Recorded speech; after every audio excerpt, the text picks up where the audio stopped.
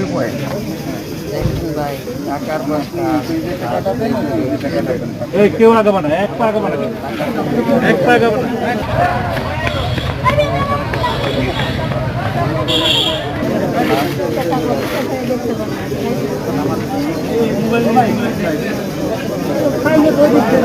বক্সের ভিতরে লাশটা আপনার মৃতের শরীর, এটা আপনার লাশের উপরের অংশে কোনো কাপড় ছিল না, আর নিচের অংশে কাপড় ছিল, আর উপরের অংশটা পলিথিন দিয়ে ঢাকা ছিল এবং লাশটার উপরের অংশটা যেটা 2 হাত শরীরের সাথে নাইলন রশি, নীল কালারের নাইলন রশিটা বাঁধা ছিল এবং উপরের অংশটা পলিথিন ঢাকা থাকায় উপরের অংশটা একটু পচনশীল হয়ে গিয়েছে খুব দ্রুত।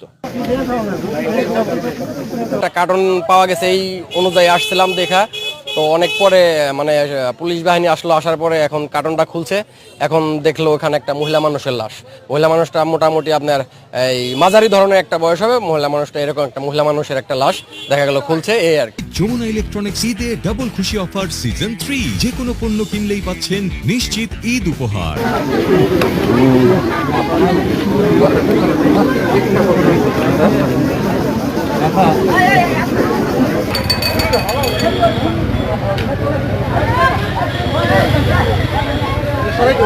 সকালে যখন ভোর 6টা 6:30টার দিকে বাজারের দিকে যাই, আমি দেখে যাই এখানে একটা কার্টন।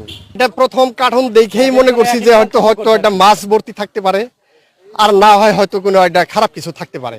তার কারণ মাছ ভর্তি থাকবে না এটাও বেশি ভাবি নাই, কারণ হলো যদি একটা গাড়িতে এরকম লোড মাছ থাকে, একটা বড় কার্টন পড়ে গেলে অবশ্যই সে বুঝতে পারবে, তাহলে এটা ইচ্ছাকৃতভাবেই হয়তো রেখে যাওয়া একটা জিনিস, তাহলে এটা খারাপ একটা কিছু হইতে পারে, যার কারণে এই কার্টনগুলো কেউ ধরে নাই বা হয় ছয় নাই। প্রশাসনের লোকজন আসে, শেষ পর্যন্ত ক্রাইম সিনের ওনারা আসার পর ফাইনালি এটা প্যাকেটটা ওপেন করে দেখা যাচ্ছে 2 পাশে 2টা ককশিট দিয়ে মানে পরিকল্পিতভাবে সুন্দর করে প্যাকেটটা করে রেখেছে। এটা কারোরই কাম্য না, এটা একটা দুঃখজনক ন্যাক্কারজনক একটা ঘটনা, এটা আসলে কখনোই কোথাও কাম্য না। আমরা দেখলাম ওই যে কার্টনের ভিতরে ঢুকে অফিসারকে কার্টনটা খুলে মিলে বাইর করলো, এটাই সারাদিন ধরে আমরা দাঁড়ায় রয়েছি দেখার লিগে দেখলাম।